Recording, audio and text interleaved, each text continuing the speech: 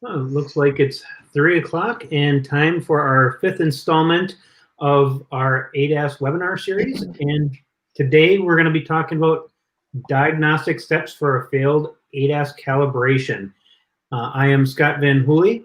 I am at the iCar Tech Center in Appleton, Wisconsin. I am the manager of the RTS Tech, the Repairability Technical Support Team, RTS, and OEM Technical Relations. I've been with iCar for about 10 years. Before that, I was a collision repair technician where the job start to finish, estimating, a little bit of everything. And iCar has been a great place to learn a lot of things, and we're going to hopefully share some of the information we've learned over the years. With that, Jeff? Hi, I'm Jeff Poole, work at the iCar Tech Center in Appleton, Wisconsin. I joined iCar in the mid-90s as an instructor on the East Coast and took a position at the Tech Center in 2014. Joined iCar full-time in 2006. Ultimately, at the Tech Center, I work with the instructional designers and the rest of the staff on technical content. They give me the title of subject matter expert, but I'm just another guy on the team up there. All right, I guess that would make me next. I am Bud Center, Manager of Technical Research and Development at the iCar Tech Center. Well, I've only been with iCar for about 4 years. I've been in the industry for a little over 36 years. And much like Jeff and Scott started in the industry as a technician, spent some time in senior leadership roles with some MSOs and a little bit of time on the insurance side of the industry as well before joining iCar. Paul? All right, I'm Paul Bostel, Master Tech with Lemaitrie's Collision. I've been here 7 years, kind of progressed from doing regular mechanic work on up to kind of the technical ADAS side of things here. So it's definitely been quite the rapid transition in the industry. So, well, thanks for joining us today. And we're going to start off with, how do you know when a calibration failed? So, Jeff, you want to lead us off on that one? So I guess that almost leads to more questions. How do you know when it failed? Will all systems tell you it failed? What kind of symptoms do you end up with? In working with these systems, some will certainly not complete the calibration and give you an indication of that.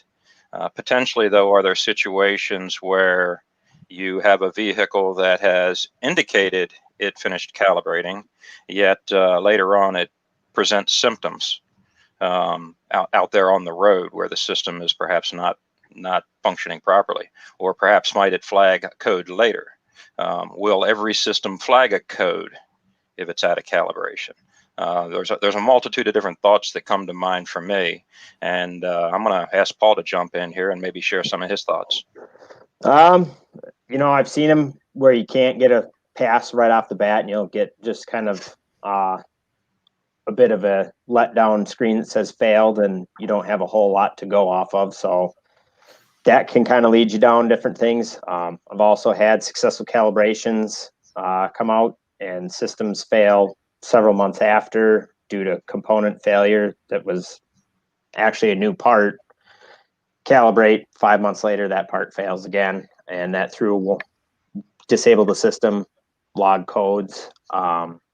So down to some things just exhibiting odd behaviors. Customer feels that it's not picking up lines as well as it once did. So sometimes in those situations where I've seen customers complain that it's not picking up lines or they don't believe it as well, they may have not.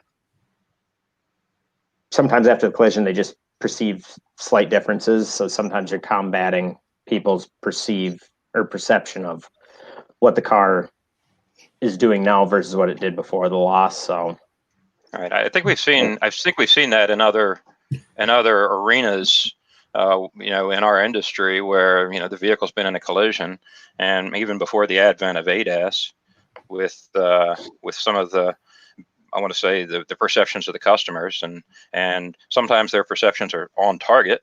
In other cases, maybe it doesn't work the way they thought it oughta, and now we're looking in the owner's manual at the at the operational information that's in the owner's manual, Yep, there's definitely some of that goes on. I think sometimes the perception with how these systems are marketed that they are going to do sometimes more than what the manufacturer intends. So you do combat some of that. Well, my favorite when I was in the shop was always after the car was in a collision and now the radiator gauge isn't right because they see it moving. They never watched it before, and now all of a sudden they see it going up and down, and now there's a problem. No, that's just how it works. So it's not surprising that with ADAS we're going to have a lot of those similar things.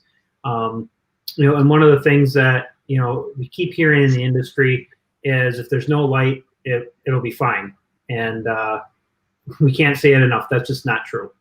Some of these systems won't tell you anything. It's just until all of a sudden it's just not working.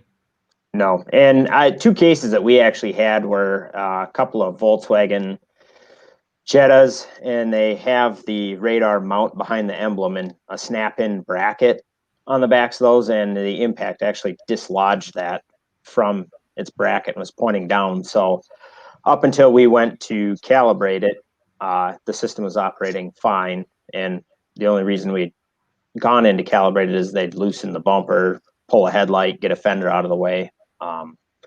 So just that kind of haphazard finding where you didn't think the collision was going to be severe enough to cause an impact to that radar, but it actually dislodged it. And the only reason we caught the system that would have been not operating as designed was because of the calibration. So I think emphasizing doing calibrations,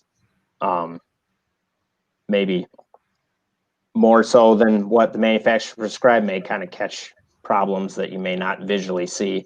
No one had popped that emblem off, checked that, because there was no real guidance to go do that with that particular vehicle. So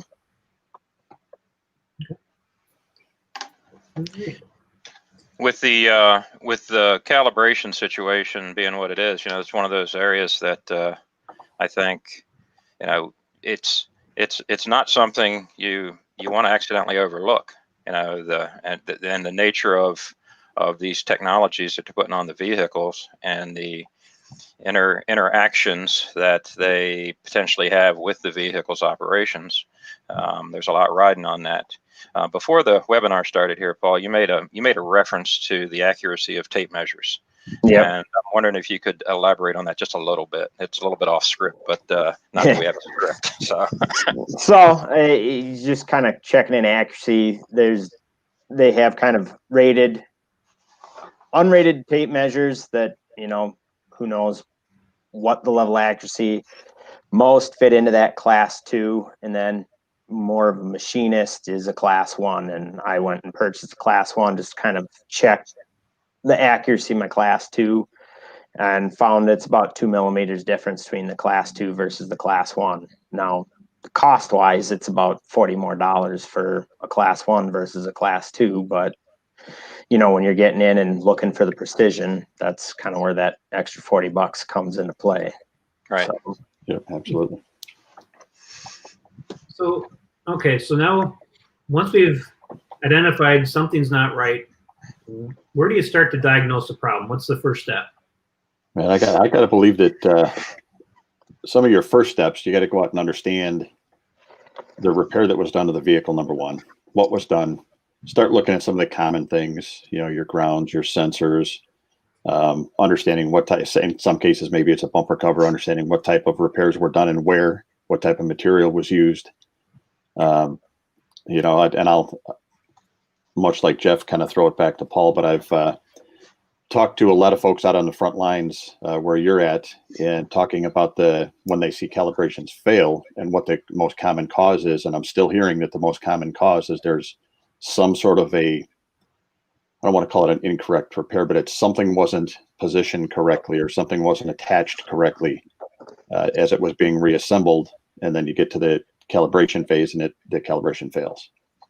Yeah, that's kind of still a lot with what it is. So I like to borrow kind of a term from the emergency medical services and they call it past pertinent history for a patient care. So the car is kind of your patient, and that past pertinent history can kind of encompass, chronic problems to the acute problems. So when we have things fail, it's kind of start at the acute damage that we had in the collision, the repairs that happened, and kind of see if that's where it stemmed from, or if we have to go all the way back out to, was this something that was existing prior, and kind of work our way back forward. But I would emphasize that having great pictures through the repair process aids substantially in potentially figuring out where your problem may reside. Some shops, everyone's going to be all in there, and everyone kind of has an inherent knowledge of what went on with that repair. Here, we're kind of separated. So I don't always get to see what happened during the course of a repair. So having those pictures is super critical. Being able to go back, ask questions, kind of what was done, what the person may have done. And that gives you kind of the basis to start kind of measuring out what may be potential damage. And then just going in and taking what repaired versus kind of what should have happened in the repair. And sometimes kind of cross-checking against those things. That's usually kind of the basis to start. Well, I know for me, whenever you start looking at anything with electronics, people tend to always lunge for, oh, it's got to be a computer, it's got to be a module. But a lot of the times, you know, even 10 years ago, if a car came in and they said, oh, it needs a BCM, I know the mechanics at the dealership I work, the first thing they do is they go diagnose it. And every time they came back, said, yep, broken wire. So checking those basic things, I think, is something that people often overlook, and especially when it's as complicated as all the ADAS and electronics, and you know, making sure your grounds are not painted over and you know, done correctly and things like that.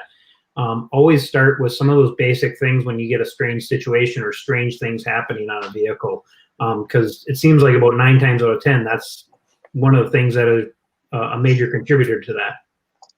Yep. We've seen kind of sometimes repairs on bumpers that slightly drifted into the area of where a sensor sits cause problems. And I mean, not to make it that more often than not, it's kind of the simple things that cause you the biggest headaches. So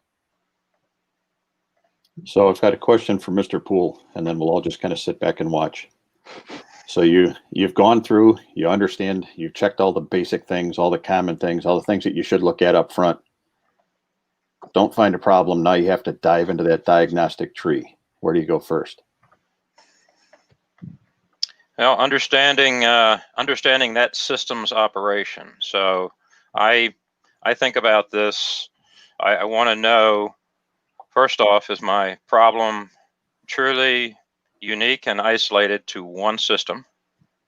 Is that system? I'm going to use an example of a blind spot system, and let's just pretend for this conversation initially, it's going to branch out from there, but initially that it's a blind spot system that just eliminates the lights on the side view mirrors to give you that warning, and perhaps a chime or something. But it's kind of a standalone system. You know, there where we've got functionality problem there, I certainly want to understand the operation of that system and what else does it tie into. You know, I'm of course going to be scanning the vehicle.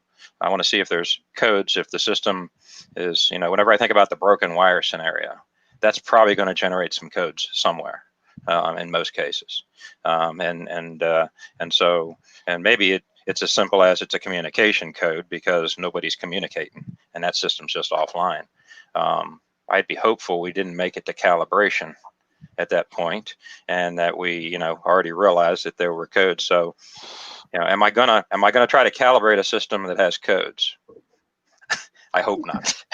no, That's not a good idea. That's not a good strategy. You know, where that's an isolated system and it's got codes speaking to that system, or perhaps other systems looking for information from that, then that's the starting point for me, is understanding what's that look like on that vehicle. And I guess the next layer in is, okay, now does it tie in with other systems? And I think most of us realize that on most of our more modern vehicles where you've got multiple systems talking to each other, there's a lot of communication going on behind the scenes. It's just and that opens up a whole nother a whole nother thought process of, okay, what else potentially could be influencing this system to not function properly? How do you sort through all that, Paul?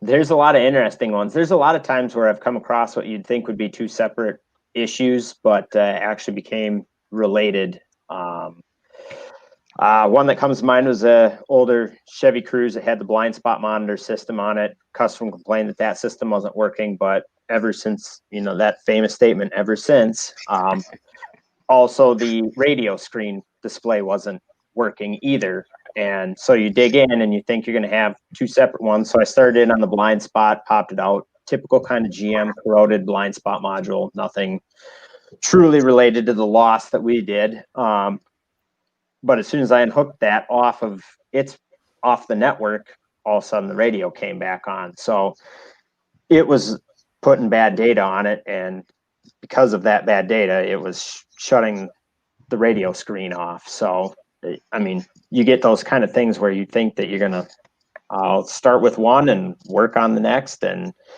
you unhook the first problem and find out, oh, that corrected my other problem. So it just kind of give that idea of how interrelated some of these systems can be.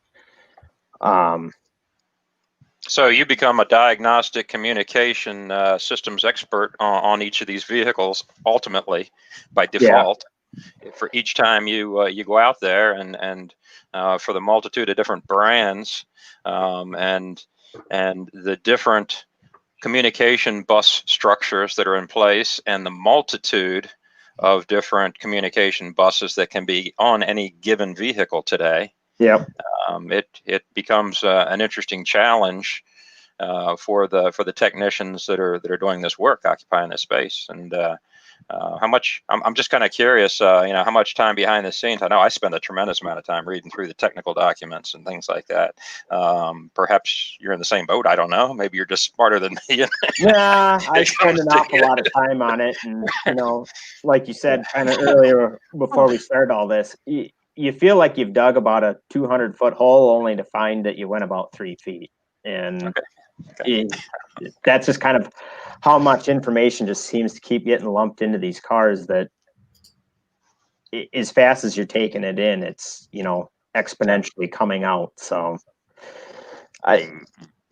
being a technician in the field now involves a whole lot more reading than I think most thought when they entered into it, and learning about all the networks and how they're going to interrelate. And as these cars continue to progress, the integration of all these modules into the various networks and how they're going to be more reliant.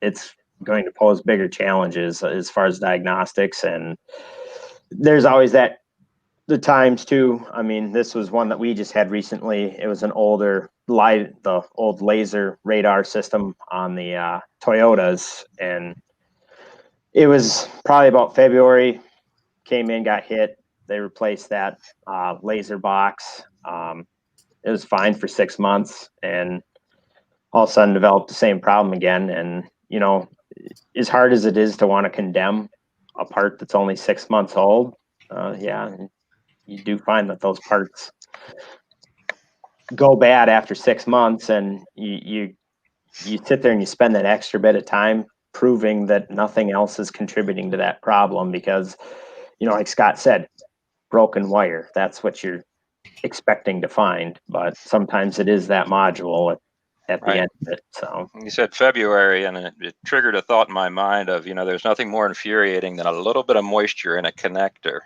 that freezes in I'll say some of the sub-zero temps or the lower temps, and then when you pull it into the shop and it warms and everything's working fine, and something like that can be just really you can chase your tail for quite some time trying to sort through the tracking something like that down. And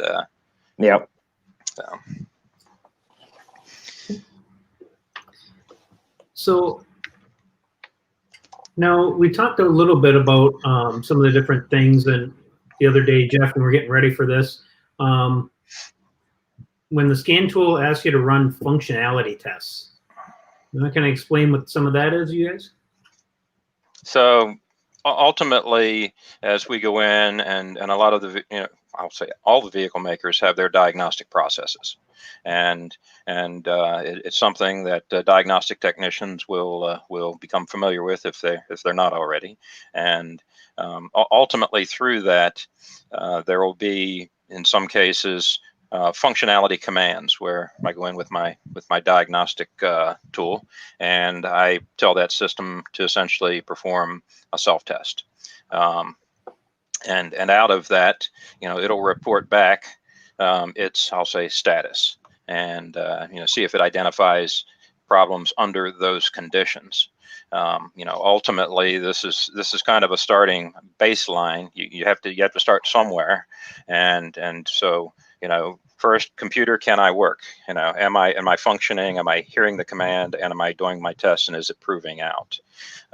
So even where perhaps you don't have hard codes that are coming, and Paul, I'll certainly yield to you in just a second to correct me if I misstate anything here, but even if you don't have hard codes, again, this kind of sets a baseline of, hey, the computer at least has been able to perform its self-test, and now we can move ahead from there.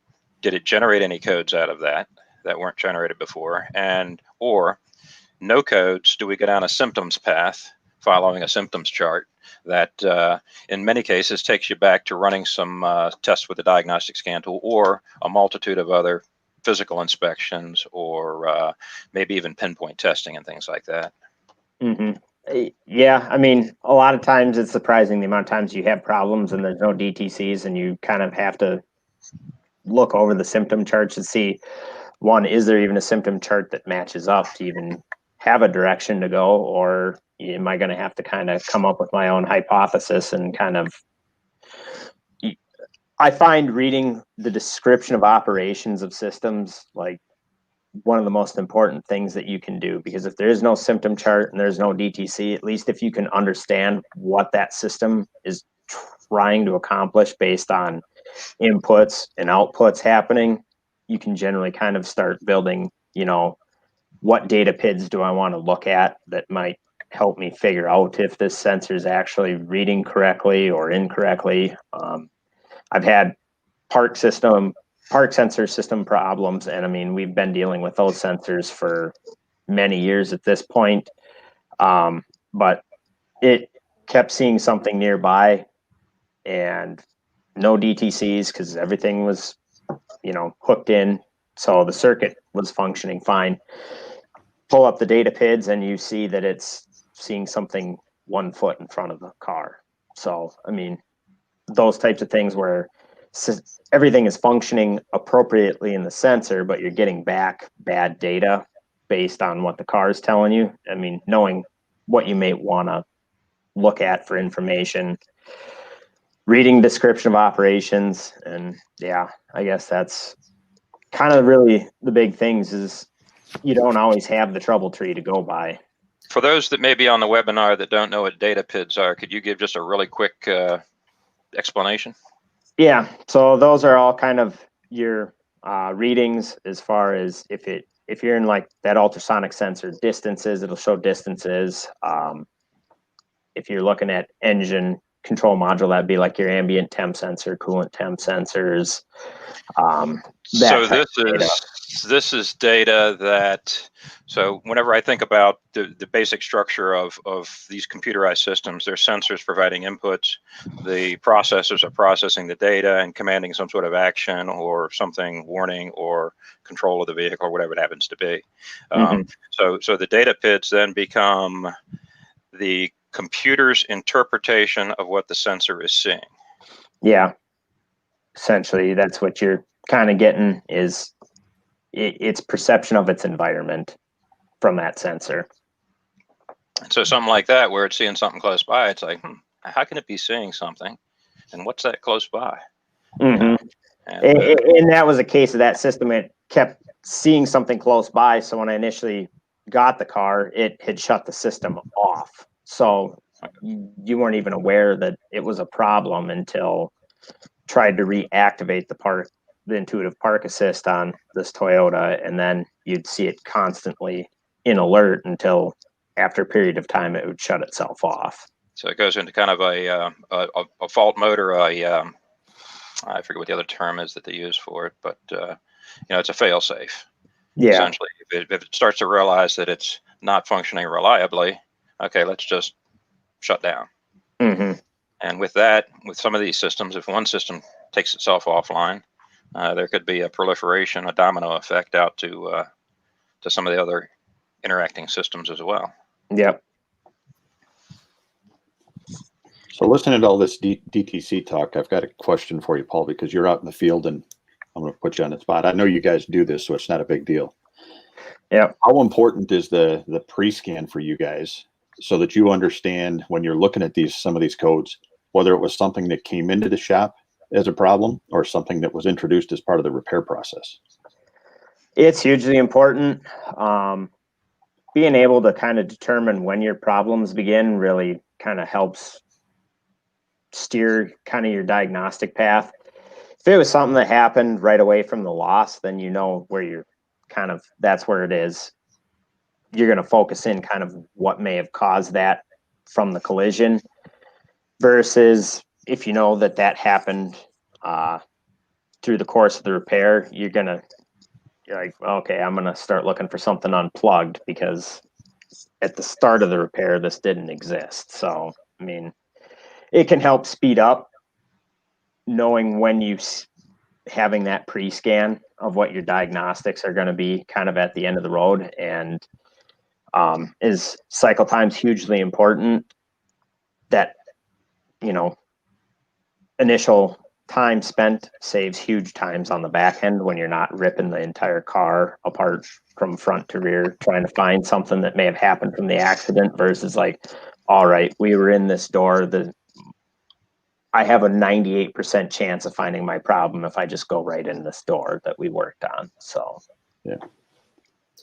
Well, and I think a lot of people too, when they do the pre-scan, they think they plug it in, they pull the codes, and they're done. And I wonder how many of them have never seen one of those diagnostic flow charts that actually take you to diagnose the actual problem, and they're just thinking they need the pre-scan. So, that's one thing. The pre-scan is a first step that leads you down the path later on.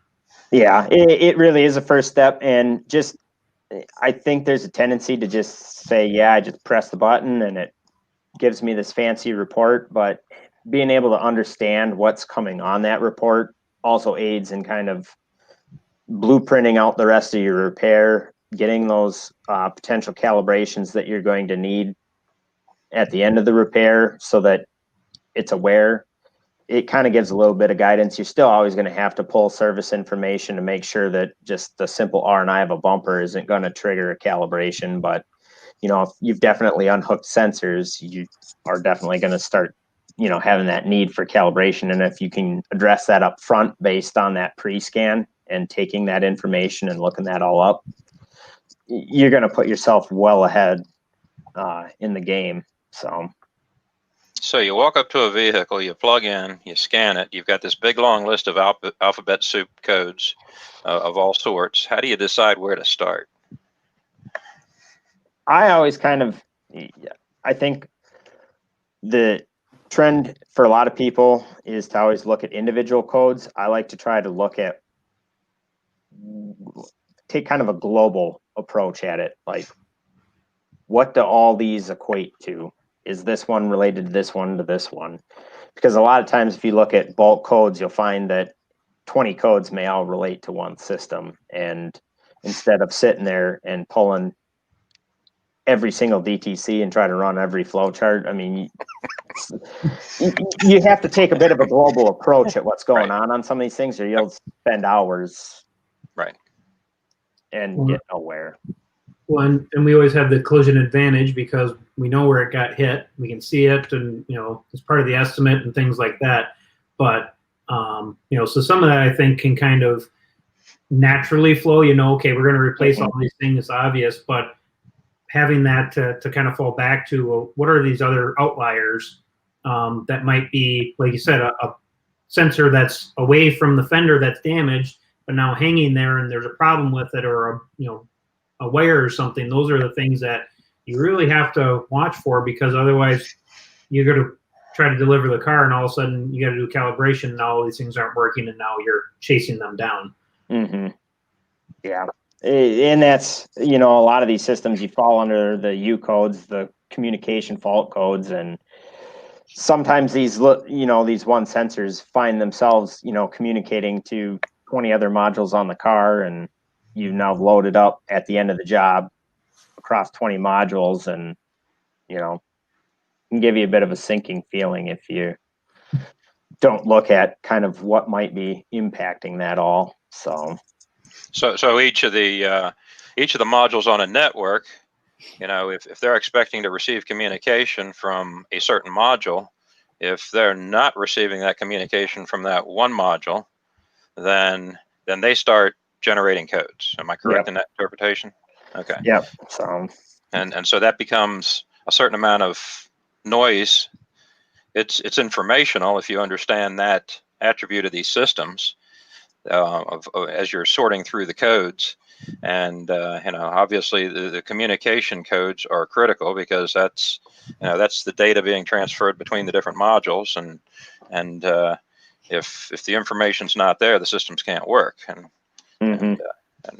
that does present a big challenge for a lot of folks, though. They're just starting out in this world, is getting their head wrapped around being able to sort through all of that. And then and a common example that I hear out there, and it's a really good example, is a simple wheel speed sensor, on the anti-lock brake system, electronic braking system.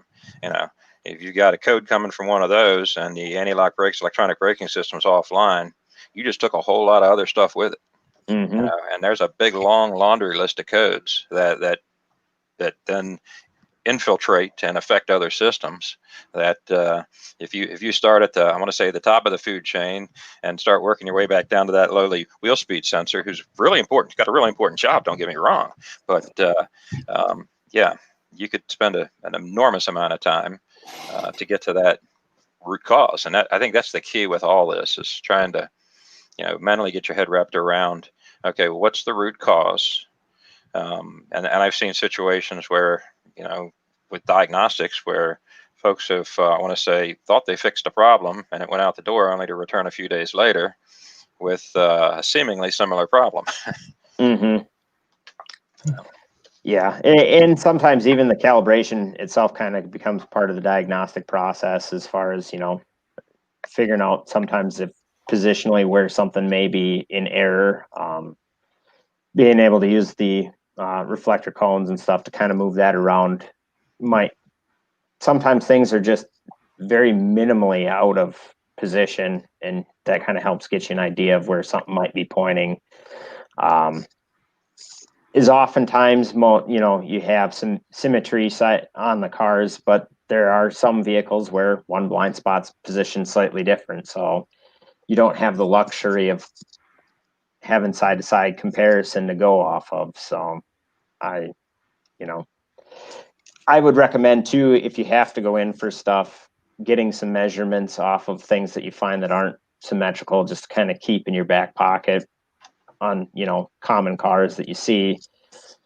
Having those measurements to refer back to down the road when you're dealing with something helps just verify, especially when you have, huge traumatic rear hits and you've got blind spots that both got repositioned. Being able to make sure that you can confirm that they're properly located at the end of the repair is helpful. I'm hopeful we didn't lose Scott. I know he just disappeared from my screen. Hopefully the cable company didn't cut him off.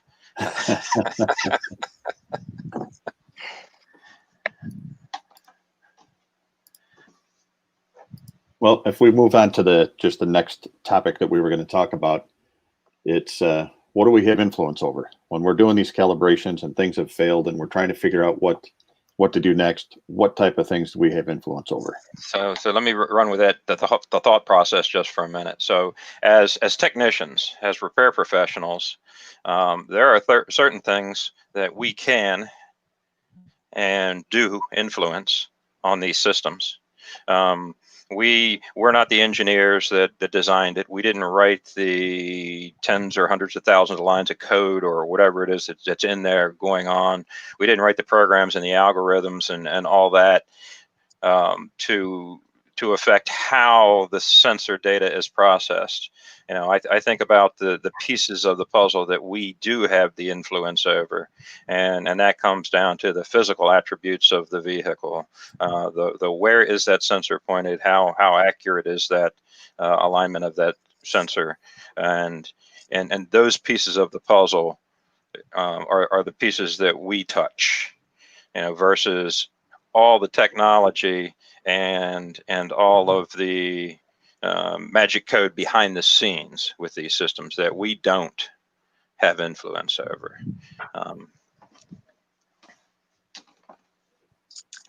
Yeah, you know, you got to kind of lay out everything as far as being able to ask.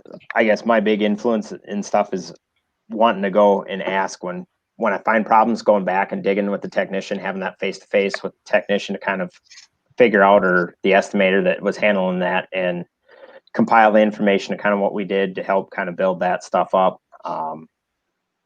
It just kind of helps get you back into that point of then relocating or figuring out if things got improperly located, you know, accidentally, or who knows how in that process. But I've noticed with some of the I'll say diagnostic procedures, after running a system self-test, they take you right back to doing a calibration over. Yeah, it's like, okay, redo the calibration if it failed. And if it still fails, okay, then there's, you know, perhaps an alternative path that needs to be taken. But yeah, I was gonna say a lot of the trouble trees in it is like, it's pretty generic information. Check location of the sensor, or, you know, check that you have proper lighting. And, you know, we're fortunate enough now that we've got, you know, dedicated space for performing calibrations. So a lot of, you know, background noise items aren't a factor. And I mean, I guess that's something that we haven't really touched on, but that can be a real big problem, is if you have, you know, big metal objects behind where you're trying to do, those can pick up and send a return signal much stronger than what you're supposed to get from your target, to, you know, too much noise as far as, you know, distractions that would appear in the camera and prevent calibration there too. Down to, you know, when we really first started getting into it, lighting conditions in the shops, you'd have too bright of a light and you're up with masking paper over the windows and the doors, or trying to reposition the car just right, or getting other little lights to highlight the target better so that the camera picks it up. I mean, having that, you know, noise-free space essentially is kind of critical, and having an environment that you can control.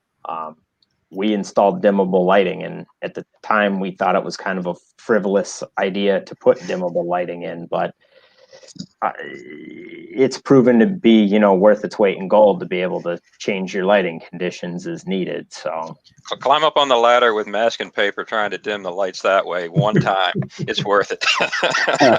pretty much. I mean, we built cardboard hutches to put over the roofs of the cars to try to, I mean, it probably looked like a 3-ring circus sometimes early on when we were doing things, but, you know, you do what you have to do with the environment that you have. And like I said, you got to kind of factor in that you may not have anything wrong with the car, and it's your environment. Good thought. Yeah. So some of these systems, as I understand it, at the finish of the calibration procedure and in operating conditions, they have the ability to identify certain alignment errors, and that becomes some of the data in the system. So as we go in and we interrogate a system, and we're looking at some of the data PIDs that you'd mentioned earlier on some of these systems, you can actually see some of that data for sensor alignment, and that it's generating, I'll say, under dynamic operating conditions at that point in time, that it's accumulated, and perhaps, you know, see where it's identifying And typically they will have some sort of system high-low limits. I don't want to call it a tolerance, but that's probably the best word for it. The plus or minus, but those are generally pretty tight numbers for the most part on these systems. And I think about that compared to whenever we look at thrust angle tolerances, and I've seen some of those numbers tightening up as well because it all ties together.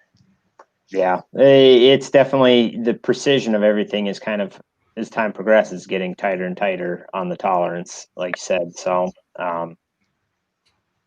yeah, it'll be interesting to see where everything kind of goes. So we've got a quick question, and unfortunately, it's going to have to go to you again, Paul, because you're out in the field. We know what the manuals say, but we've got somebody asking if you've ever seen fuel level have influence your calibration. Has it ever caused a problem with that tank being empty, or if it's supposed to be full? I mean, we always try to abide by as best as we can as far as repair procedures go. We haven't had them fully empty, but we've had some that are a little bit lighter on it, and I haven't seen an impact on that. Obviously, having everything where they want for the calibration is going to net you the most accurate calibration as far as it goes. I mean, I would suspect that most of these systems have an ability to kind of adapt for latency over time. Otherwise, you'd have them fail out constantly as mileage went up on these cars. Just kind of you have, latency and injector, and the PCM can account for, that latency as that injector wears out. The suspension. Spring rates change and things like that. Yeah, I get it. But I think at the end of the day, the important point is you have to follow what the OE tells you to do when you're calibrating these things. There's a reason why they ask these things, and the reason why they require it. So you need to follow what's in those OE service procedures. Kind of a set standard, with those calibrations of, if we eliminate as many variables as we can from this equation, we're going to come out with a certain predictable end result. Right. Yeah. You're just trying to get to that, essentially what they consider their 0 point, and then the car can kind of take itself from there with the systems as their program. So the thing is, running them down, filling up the tanks, filling up the fluids. Some, want every fluid checked and top to the operating level. So I think some folks have been adding weight to the vehicles to compensate versus, I don't want to say sandbags, but some sort of, get some weight in the appropriate place that offsets that difference in the weight of the gas or the fuel. Yeah. All right. Looks like we have another question that if there are any other preconditions that may have caused you trouble, like low tire pressure, something like that. Tire pressure is one that I always kind of critically take care of, especially with the huge temperature swings that you can have wintertime up in Minnesota. Start in the shop 30 degrees by the time it gets here at our calibration. It starts in the shop 70 degrees by the time it gets towed over to our calibration shop out in, minus 15, it impacts it. So ideally we'd like to let things warm all the way up. Sometimes time doesn't allow for that. So you kind of have to adjust tire pressures on it. But you could have the potential, again, even like the gas tank, if you don't have everything set to where the manufacturer wants it. And it's such an easy one to do. Mm-hmm. That one's not difficult at all to hopefully get right. So and I think that's one thing that people often overlook. There's a lot of things that we have control over. Looking at where the sensor is located, not doing a repair in front of a sensor, especially when the OEMs tell you absolutely don't do a repair. Making sure the structure's right. You can avoid a lot of, I think, the problems out there just by doing the basic body work correctly. It'll make that calibration and everything else go a little bit smoother in the end. Mm-hmm. Depending on who's doing the calibrations at the shops, if it's the body technician is doing the repair, then they're kind of fully, aware of what all they're doing. But if, like in our case, I'm not the guy doing the physical repairs on the car, either getting a hold of the guy who's going to do the calibrations to aid the technician and, making sure that sensor's located before we've got it all looking shiny and pretty at the, ready to be delivered to the customer after calibration. And then only to have that heartbreak that, everything's got to come back apart and readjusted. I mean, that helps immensely.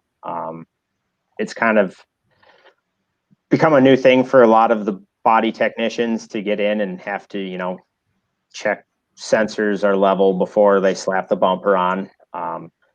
There's various cars that, Hyundai, Kia, where you need to use their tool to make sure the blind spots are located before you slap the bumper on. And, my preference is to not, take freshly painted components on and off unnecessarily and, try to mitigate that risk, try to figure out where in the repair process some of the stuff needs to happen so that you're not disassembling. So not just be reactive, but build processes and learning from some of the challenges that come along, and then try to build that into the process earlier so that we don't have it happen again. I mean, that's one thing that we've kind of learned as damage has happened, that if they suspect something's going to be off, they're getting a hold of us sooner in the repair to help prevent the diagnostic craziness of the day it was supposed to go. Yep. Well, it looks like we've crammed together about 2 days worth of stuff in 45 minutes. If you have any questions, keep sending them in. We got a couple more things to go over here real quick before we wrap it up. Bud, you want to just touch on some of the new courses under development? Sure. We've got a couple of courses under development now, so you want to keep your eyes out for those. Without going into all the details on the courses, one of them will focus on how to find the calibration procedures and understand the calibration procedures. And another course is going to focus a lot more deeply on the things that we've discussed here today. What to do when the calibration fails, how to start your diagnostic process. So there's a couple of courses currently in development, and you'll see those out soon. So keep an eye out for those to become available. So one other thing that we have just rolled out, we'll be putting this web address in the chat for you guys as well. This is the ADAS resources page, and if you go to the link on the screen, you'll be able to see all the webinars we've done so far all in one place. A lot of our ADAS and calibration courses, and a lot of the other information that we've been putting out around this topic. So it's one convenient spot for you to find a lot of that information. And so we did have one question that came in so far. Can you obtain timestamps for when the DTC was triggered for all or most manufacturers using their OEM tools? I'll take a swing at that. Sometimes, maybe. Unfortunately, not all of them. It's been one of my my dreams in life. A strange thing to dream about, but would be to have an odometer stamp of when that code was set. I'm going to say this carefully. Very few manufacturers, to my knowledge, do that. A few do.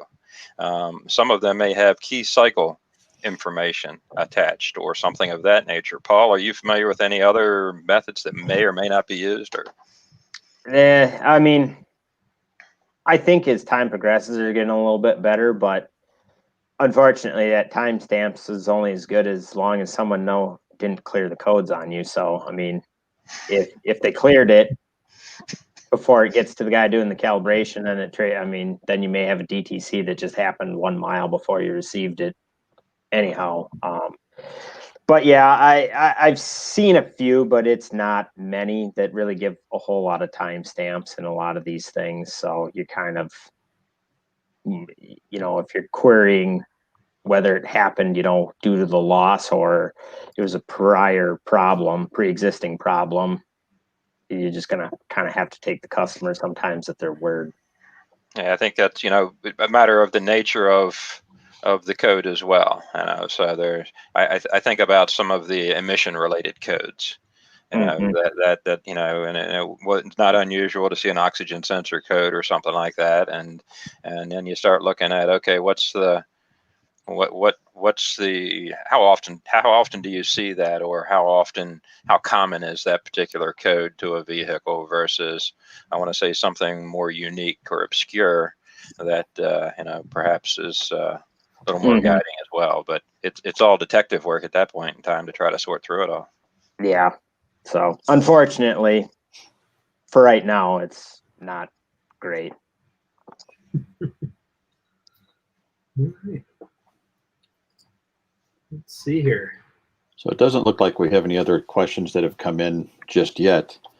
But just to circle back to where we were just a minute ago and the discussion about the procedures, just want to be clear that what we're recommending here is that you always pull the OEM vehicle maker repair procedures and follow them exactly. We're not suggesting or recommending that anybody ever take shortcuts, or that it doesn't matter that you don't follow all the preconditions. We need to print those procedures, follow them exactly as the manufacturer recommends.